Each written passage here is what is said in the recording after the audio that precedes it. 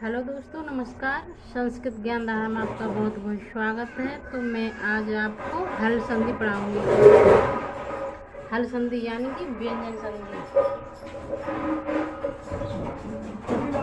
व्यंजन संधि, इसे हम हल संधि भी कह सकते हैं। बच्चे, इसकी पहचान क्या है कि जब किसी व्यंजन वर्ण के साथ व्यंजन अथवा स्वर वर्ण का मेल होता है तो वहाँ क्या होता है, व्यंजन संधि मानी जाती है। क्या मानी जाती है? व्यंजन संधि मानी जाती है। इस संधि में 3 स्थितियां प्राप्त होती हैं। क्या होती है? 3 स्थितियां प्राप्त होती हैं। क्या है? आपको समझ में आएगा कि जब किसी व्यंजन वर्ण के साथ व्यंजन अथवा स्वर का मेल होता हो तो वहाँ क्या व्यंजन संधि होती है। इसमें 3 प्रकार से हो सकती है। देखो कैसे।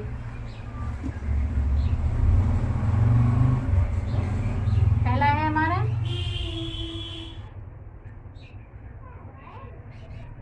जैसे हल प्लस अच यानी व्यंजन। इसका मतलब समझ रहे होंगे व्यंजन, अच का समझ रहे होंगे स्वर।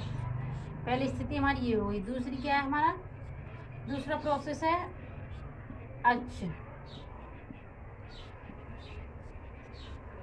यानी कि स्वर, और इधर व्यंजन। ठीक। तीसरा प्रोसेस क्या है इसका? तीसरा है व्यंजन प्लस व्यंजन। इसका मतलब आप समझ रहे होंगे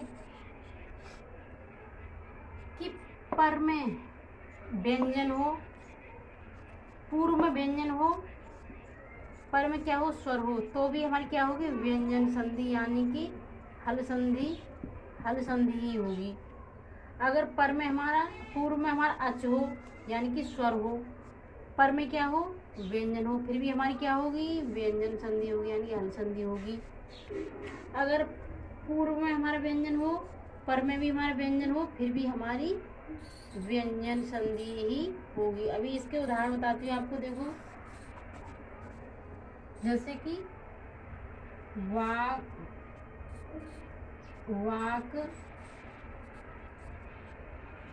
धन ईशः, वाक धन ईशा। अब इधर क्या है? देखो, हमारा पूर्व में क्या है? पूर्व में क्या है हमारा? ये व्यंजन है ना। ये पूर्व में क्या है हमारा? व्यंजन। पर में क्या है हमारा? स्वर है, ई है ना ये। तो पर में क्या है? अब इन दोनों के मिल जाएगा तो क्या होगा? ये क्या हो जाएगा? ये इधर हमारा क्या है? का है, का हमारा स्वर है, प्लस क्या है ये, इधर क्या है हमारी? ई है। तो क्या हो जाएगा? बा गी श। ठीक है। अब ऐसे ही जैसे क्या हो गया? वागीश। तो ये कौन सी संधि है हमारी? व्यंजन संधि है। ठीक है। आगे अब इधर हमारा वो था ना व्यंजन। अब इधर देखो, शिव धन छाया। अब आप पहचानो इसमें क्या है? इसमें आयन हमारा, आयन है इसमें। तो क्या है हमारा? ये स्वर है, प्लस इधर क्या है हमारा? व्यंजन है। ये क्या है? ये व्यंजन है ना। ये व्यंजन है ना ये। तो जब ये इधर स्वर है हमारा, इधर व्यंजन है, तो क्या होगा यार?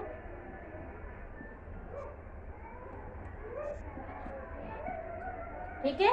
शिव छाया। ऐसे ही हमारा इधर होगा जैसे जगत धननाथ। अब इधर क्या है हमारा? देखो, यहाँ पर भी क्या है हमारा? व्यंजन है। देखो, यहाँ पर भी क्या है हमारा? व्यंजन है। ठीक है। जगत क्या था? व्यंजन है नहीं। इधर क्या है हमारा? व्यंजन वाला ना। तो व्यंजन में क्या होगा? तो यहाँ हो जाएगा जगन्नाथ।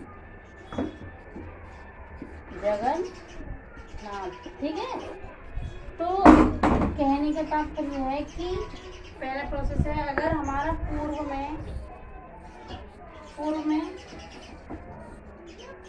व्यंजन हो,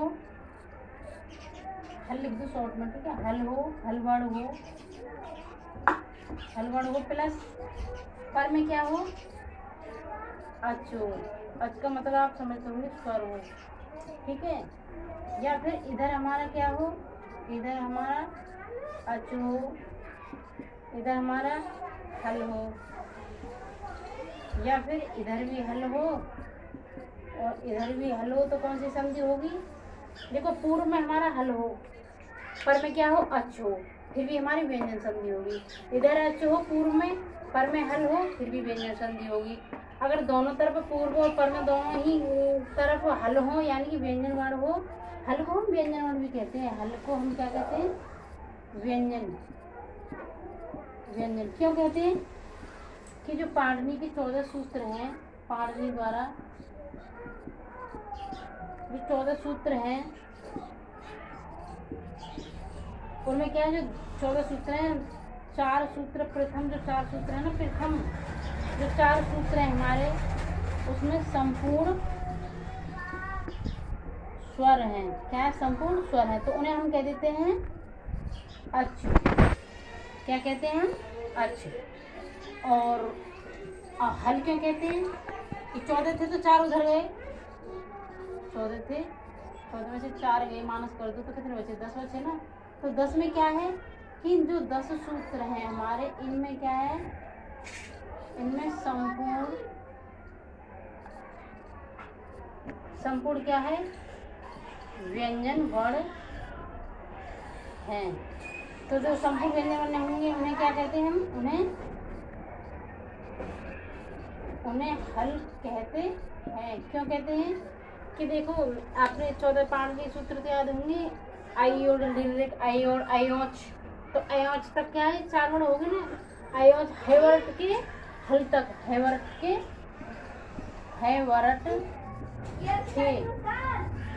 हल तक क्या है? संपूर्ण ये क्या हो गए? हलवड़ हो गए ना ये, फिर हलवड़, तो इन्हें क्या कहेंगे?